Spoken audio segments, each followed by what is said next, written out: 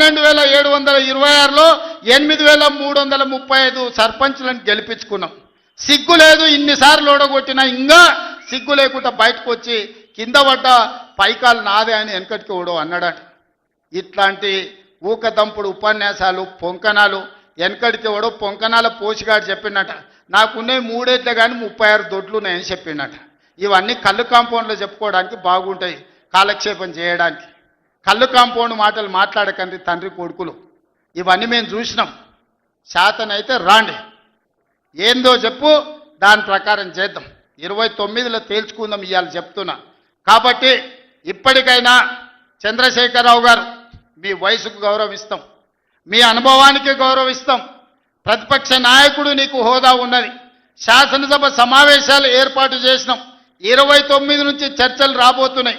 29 నాడు నువ్వు అడిగి ఎన్ని రోజులు సభ జరుపుదామో, నువ్వు అడిగినన్ని రోజులు అసెంబ్లీ నడిపిస్తా. నువ్వు చెప్పిన అన్ని చర్చ పెడదాం, ముఖాముఖి చర్చ చేద్దాం. వెనకంగా మాట్లాడు వెనక్కి కూర్పుడు కాదు.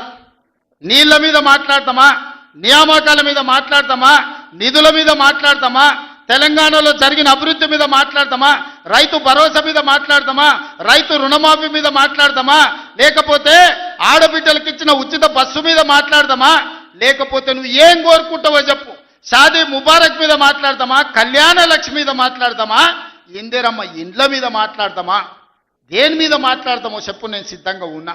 చర్చిద్దాం, దేశానికి ఆదర్శంగా నిలబడదాం, సమస్యల మీద మాట్లాడదాం, ఎవరు ఏం చేసినరో చెప్పుకునే అవకాశం కల్పిస్తాం.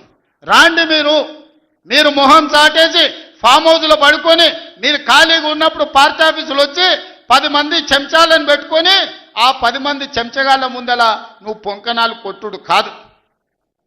నిజమైన చర్చ అసెంబ్లీలో చేద్దాం. ప్రజలు ఎన్నికలు ముగిసినాయి, అసెంబ్లీలో చర్చ చేయమని చెప్తారు. ఎవరు ఏం మాట్లాడతారో ప్రజలు వింటారు. విఘ్నులైన ప్రజలు తీర్మానం చేస్తారు. ఇలా సర్పంచులు అయిపోయినాయి, గ్రామ సభ పెట్టి సమస్యలు పరిష్కరించాల్సిన వాళ్ళు మళ్ళా సందు ఇల్లు తిరుగుతుందా అంటే ఏమన్నా అర్థం ఉందా? సర్పంచులారా మీరు చెప్పండి. ఇల్లు తిరిగిండ్రు, ప్రజల దగ్గరకు పోయిరు, ప్రతి తలుపు